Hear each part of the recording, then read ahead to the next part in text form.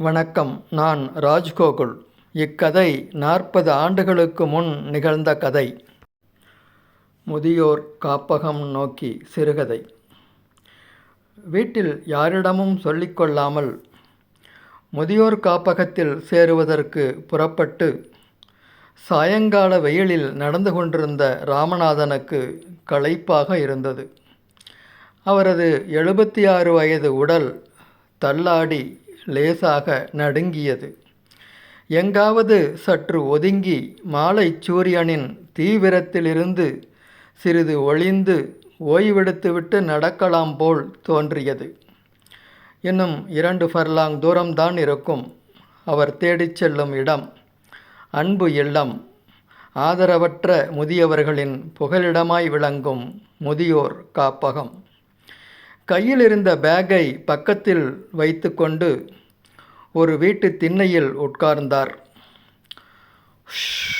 அப்படா என்று மூச்சு வாங்கினார். அவரது மனது வெதும்பியது. மகன் சங்கரன் மீது கோபமாக வந்தது. பாவி மகன், நான் அவனை பெத்த அப்பன்கிறதையே மறந்துட்டு யாரோ அந்நியனைப் போல் அல்லவா பார்க்கிறான்.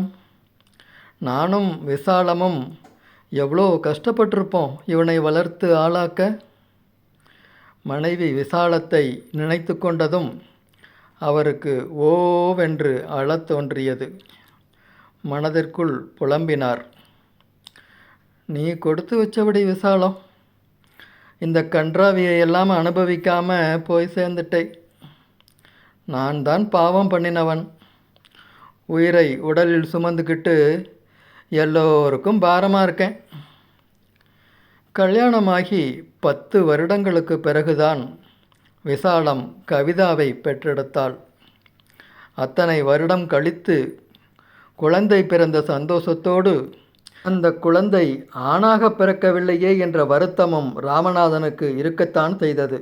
அதற்காக கோவிலாக வேண்டுதல் வைத்து திருக்கருகாவூர் கற்ப ரட்சாம்பிகைக்கு 9 வாரம் விளக்கு போட்டு அரும் புதையலாய் கிடைத்தவன்தான் சங்கரன்.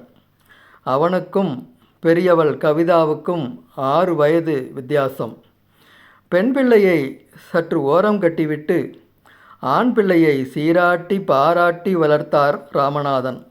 விசாலம்தான் எப்போதுமே கவிதாவுக்காக பரிந்து கொண்டு பாசம் காட்டுவாள். விசாலத்தின் பிடிவாதத்திற்கு கட்டுப்பட்டு தனது சேமிப்பு தொகையையெல்லாம் முழுவதுமாக செலவழித்து தன் கைக்கு மீறிய இடத்தில் கவிதாவை திருமணம் முடித்து வைத்தார். அந்த கவிதா இப்போது உயிரோடு இல்லை. திருமணம் ஆகிய 4ஆம் மாதமே டிவிஎஸ் 50யில் சென்ற மகளும் மருமகனும் ஒரு குடிகார லாரி டிரைவரால் விபத்துக்குள்ளாகி அந்த இடத்திலேயே உயிரிழந்தார்கள். அதனால் இப்போது ராமநாதனுக்கு தன் ஒரே மகன் சங்கரனை விட்டால் போவதற்கு வேறு இடமில்லை. சங்கரன் பெரிதாக ஒன்றும் படித்து கிழித்து விடவில்லை. அவனது தகுதிக்கு ஒரு தனியார் நிறுவனத்தில் கிளார்க் வேலைதான் கிடைத்தது. அவனது சம்பளமும் கம்மிதான். வரவுக்கும் செலவுக்கும் சரிகட்ட முடியாமல் கஷ்டப்படத்தான் செய்தான். அதனாலேயே தந்தையின் மீது அவ்வப்போது எரிந்து விழச் செய்தான். வாராது வந்த மாமணி போல் எத்தனை சீராட்டி பாராட்டி வளர்த்தோம். மூத்தவள் கவிதாவை கூட பெரிதாக கவனிக்காமல் அந்த காலத்திலேயே இவனுக்கு கிளாக்ஸோ வாங்கி கொடுத்து கொழு கொழுன்னு என்னமா வளர்த்தோம். எல்லாத்தையும் மறந்துட்டானே இந்த சங்கரன். இப்போ இந்த பாழாப்போன வெத்தலை செலவு கேவலம் 4 இவனுக்கு பெரிய செலவாக போச்சு. வயசான காலத்தில் வயிற்றுக்கு சாப்பாடு கிடைச்சா போதாது, வெத்தலை போடலைன்னா என்ன உயிராக போயிடும். தண்ட செலவு. அப்படி இப்படின்னு என்னமாய் கத்தினான் போன மாத கடைசியில். ராமநாதனுக்கு நினைக்க நினைக்க தன் மீதே கோபமாக வந்தது. பெற்ற பெண் பிள்ளையை உதாசீனம் செய்த பாவத்திற்குத்தான் கொஞ்சி கொஞ்சி வளர்த்த மகனிடமும் அவனுக்கு கட்டி வைத்த மருமகளிடமும் இப்போ நான் படாதபாடு படுகிறேனோ?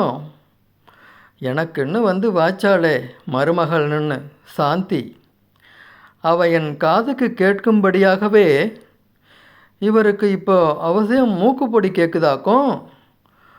மூக்குப்பொடி இல்லைன்னா மூச்சு விட முடியாதா என்ன என்று எத்தனை தடவை முழங்கியிருப்பாள். மனதிற்குள் அரற்றிய ராமநாதன் தன்னை மறந்து வாய்விட்டு புலம்ப ஆரம்பித்து விட்டார்.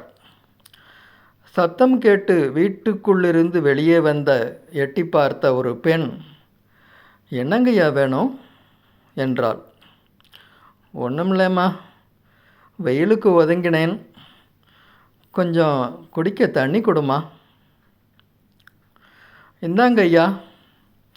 சிறிது நேரத்தில் தண்ணீர் சோம்பை கொண்டு வந்து பவ்யமாக நீட்டினாள் அந்த பெண். குடித்துவிட்டு, நல்லதுமா என்றார். மெதுவாக எழுந்தார். பார்த்து கவனமாக போங்க ஐயா என்றாள் சொம்பை வாங்கி கொண்டவள். எழுந்து நடக்க ஆரம்பித்தார் அன்பு இல்லத்தை நோக்கி. சங்கரனுக்கு 2 பிள்ளைகள். பேரன் 9ஆம் வகுப்பு, பேத்தி 6ஆம் வகுப்பு. பேரனும் பேத்தியும் தாத்தாவின் மீது பாசமாகத்தான் இருந்தார்கள். இருந்தாலும் சமயத்தில், டேய் கண்ணு, அடுத்த தெரு சாமா தாத்தா வீட்டில் போய் பேப்பர் வாங்கிட்டு வாடா என்று அவர் அன்பு ஆணையிடும் போது அவன் அதனை சட்டை செய்யாமல், போ தாத்தா, உனக்கென்ன வேலை, நான் கிரிக்கெட் விளையாட போகணும் என்று கத்திவிட்டு பேரன் ஓடும்போது அவருக்கு ஜிவ்வென்று உடல் சூடேறும். தான் எல்லோராலும் புறக்கணிக்கப்படுவதாக அவருக்கு இருந்த ஆதங்கம் அதிகமாகும். நேற்றைக்கு நடந்ததுதான் கிளைமேக்ஸ். அவரை அன்பு இல்லம் எனும் முதியோர் காப்பகம் நோக்கி புறப்படத் தூண்டிய சம்பவம். நேற்று மாலை ராமநாதனின் நண்பர் சாமிக்கண்ணு வந்திருந்தார். அம்மா சாந்தி, காஃபி கொண்டு வாம்மா, சாமா வந்திருக்கான். இவருக்கு ஒரு ஃப்ரெண்டு வேற, பால் இல்லாத நேரத்தில் காஃபி என்று முணுமுணுத்தவாறே டொக்கென்று டம்ளரை வைத்தாள் சாந்தி. டம்ளர்களில் இருந்தது வர காஃபி. சாந்திமா, சாமாவோட குணசீலம் கோயில் வரைக்கும் போயிட்டு வந்துடுறேம்மா தயங்கியபடியே கேட்டார் ராமநாதன். பைசா கிடையாது, மாத கடைசி. குணசீலம் போயிட்டு திரும்பி வராதிங்க, அங்கேயே இருந்துடுங்க. வெடித்து கடித்து விட்டு உள்ளே போய்விட்டாள் சாந்தி. நண்பர் சாமிக்கண்ணு ராமநாதனை பரிவோடு பார்த்தார். இந்த வீட்டில் இருக்கிறதை விட எங்கேயாவது அனாதை இல்லத்தில் போய் மிச்ச காலத்தை கழிக்கலாம்னு தோணுதுப்பா சாமா, கிசுகிசுத்தார் ராமநாதன். பொறுமையாக இருப்பா, இதெல்லாம் பெருசாக எடுத்துக்கக்கூடாதுப்பா. நான் நாளைக்கு சாயங்காலம் வரேன், நாளைக்கு குணசீலம் போய்க்கலாம் என்று சமாதானம் செய்துவிட்டு புறப்பட்டார் சாமிக்கண்ணு. ஆனால் ராமநாதன் ஒரு முடிவெடுத்து விட்டார். அடுத்த நாளே சந்தர்ப்பம் வாய்த்தது. வீட்டில் அவர் மட்டுமே தனியாக இருந்தார். சங்கரன் அலுவலகம் போய்விட்டான். பொடுசுகள் பள்ளிக்கு. சாந்தி பக்கத்து வீட்டு அம்மாவோடு சந்தைக்கு போயிருந்தாள்.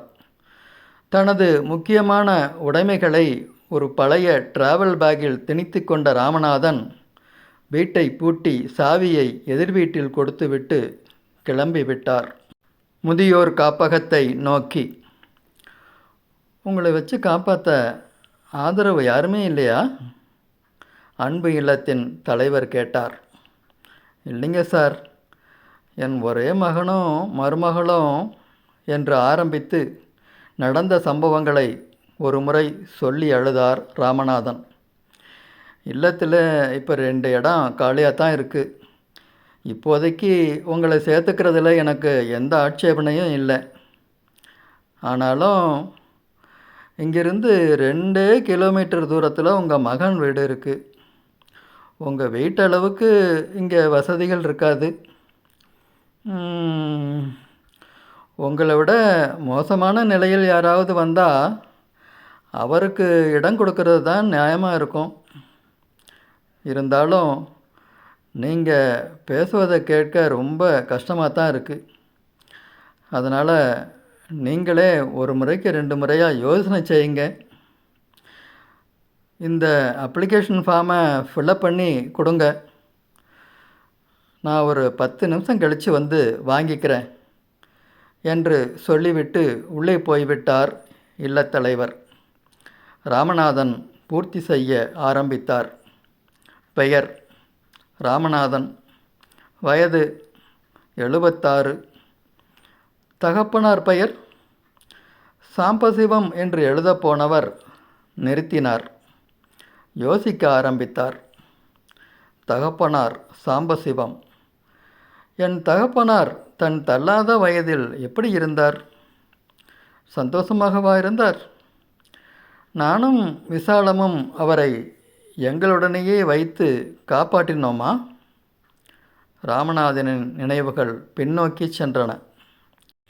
ராமநாதனோடு கூட பிறந்தவர்கள் 2 அண்ணன்களும் ஒரு அக்காவும். இவர்களில் ஒருவர் கூட தகப்பனை சரியாய் கவனித்து கொண்டதில்லை. இந்த மகன் வீட்டிலேயே தான் டேரா அடிக்கணுமா? வந்து 4 மாதம் ஆகுதில்ல, மற்றவங்க வீட்டிலையும் போய் கிடக்கிறது தானே என்று விரட்டுவாள் விசாலம்.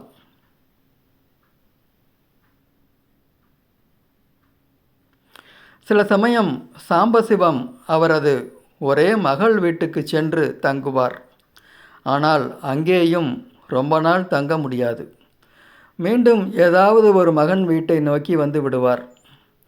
ஓரிரு மாதங்களில் திரும்பவும் அடுத்த மகன் வீட்டை நாடுவார். எல்லாம் ராமநாதனின் கண்முன் வந்து நகர்ந்தன. அடுத்தவர் முதுகின் அழுக்கை பற்றி பேசுவதற்கு முன் என் முதுகை கவனிக்காமல் விட்டேனே. நானும் என் தந்தையை இப்படித்தானே நடத்தினேன். இதுதான் உலக நியதியா? பரம்பரை பரம்பரையாக இந்த சக்கரம் இப்படித்தான் சுழலுகிறதா? என் தந்தையை வருடத்தில் 2-3 மாதம் கவனிக்கவே விசாலம் கத்துவாளே. என்னை என் மருமகள் சாந்தி வருடம் முழுவதும் வைத்து கவனித்து வருகிறாளே. பாவம் சங்கரன். அவன் வாங்கும் 600 ரூபாய் சம்பளத்தில் நாட்களை ஓட்ட வேண்டும். பையனை படிக்க வைக்கணும். பெண்ணின் கல்யாணத்துக்கு பணம் சேர்க்கணும். இந்த நிலையில் என்னோட வெற்றிலை செலவும் பொடி செலவும் அவசியமில்லாதவைதான்.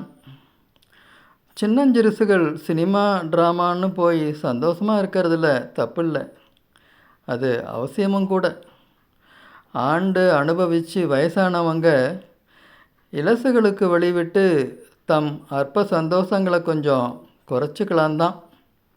சிறுசுகளின் சந்தோஷத்தையும் மகிழ்ச்சியையும் கண்குளிர காண்பதில் ஒரு திருப்தி ஏற்படுதே, அந்த திருப்தியிலேயே பரவசப்பட்டுக்க வேண்டியது தான். என் அப்பா என்னை சந்தோஷமாக வச்சுக்கிட்டார். நான் என் மகனை நல்லா பார்த்துக்கிட்டேன். அவன் அவன் மகனை. இதுதான் நியதியா? தனக்குத்தானே சமாதானம் செய்து கொண்டார். அப்ளிகேஷன் ஃபார்மை அங்கேயே வைத்துவிட்டு சொல்லிக்கொள்ளாமல் மகன் வீட்டிற்கு திரும்பிச் செல்ல புறப்பட்டார் ராமநாதன். அவர் அன்பு இல்லத்தின் இரும்பு கேட்டை தள்ளிக்கொண்டு வெளியே வந்தபோது வேகமாக வந்த ஒரு சைக்கிள் ரிக்ஷா சட்டென்று பிரேக் பிடித்து நின்றது. அதிலிருந்தது அவரது நண்பர் சாமாவும் மருமகள் சாந்தியும் தான். ரிக்ஷாவிலிருந்து அவசரமாக இறங்கிய சாந்தி வேகமாக தன் மாமனார் அருகே வந்தாள். என்ன மாமா இப்படி பண்ணிட்டீங்க? கோபம்னா என்னை திட்டிடுங்க மாமா. வாங்க மாமா வீட்டுக்கு. மருமகள் கண்களிலிருந்து பொலபொலவென்று கண்ணீர். கொஞ்ச நேரம் முன்பு உன் வீட்டுக்கு போனப்போ சாந்தி உன்னை காணாமல் தவிச்சுக்கிட்டு இருந்தா. நான் தான் அவளை சமாதானப்படுத்தி நீ இங்கே தான் வந்திருப்பேன்னு எடுத்து சொல்லி இங்கே அழைச்சிட்டு வந்தேன். ஸ்கூலில் இருந்து திரும்பிய உன் பேரனும் பேத்தியும் உன்னை காணோம்னு அழுதுகிட்டு இருக்காங்கப்பா. மூச்சு விடாமல் கடகடவன பேசினார் சாமிக்கண்ணு. ராமநாதன் நெகிழ்ந்து போனார். ச்சே, அவசரப்பட்டு விட்டேனே, தன்னைத்தானே நொந்து கொண்டார். மூவரும் சைக்கிள் ரிக்ஷாவில் அமர ரிக்ஷாவை சிரமப்பட்டு மிதித்து கிளப்பிய ரிக்ஷாக்காரரின் முகத்தில் பூத்த புன்னகையில் மகிழ்ச்சி வெளிப்பட்டது. அவருக்கும் வயது 60க்கு மேல் இருக்கும். அதனால் நடந்ததை புரிந்து கொண்டாரோ? அன்பு இல்லம்னு பேர் இருப்பதாலேயே இந்த முதியோர் காப்பகத்தில் வீட்டை விட நிறைய அன்பு கிடைக்கும்னு சார் தப்பு கணக்கு போட்டார் போல. ரிக்ஷாக்காரர் முணுமுணுத்தது ராமநாதனின் காதுகளில் லேசாக கேட்டது. எல்லாம் சுபமே. வீடியோவை முழுசாக பார்த்ததுக்கு ரொம்ப நன்றி. ராடாட் ஷாடாட் சேனலை சப்ஸ்கிரைப் பண்ணுங்கள். ஏற்கனவே சப்ஸ்கிரைப் பண்ணவங்க பெல் பட்டனை கிளிக் பண்ணுங்கள். அடுத்தடுத்து வீடியோ வெளியிடும்போது உங்களுக்கு நோட்டிஃபிகேஷன் வரும். தவறாமல் ராஜ்கோகுல் சிறுகதைகளை தொடர்ந்து படித்து கமெண்ட் போடுங்க. தேங்க்யூ.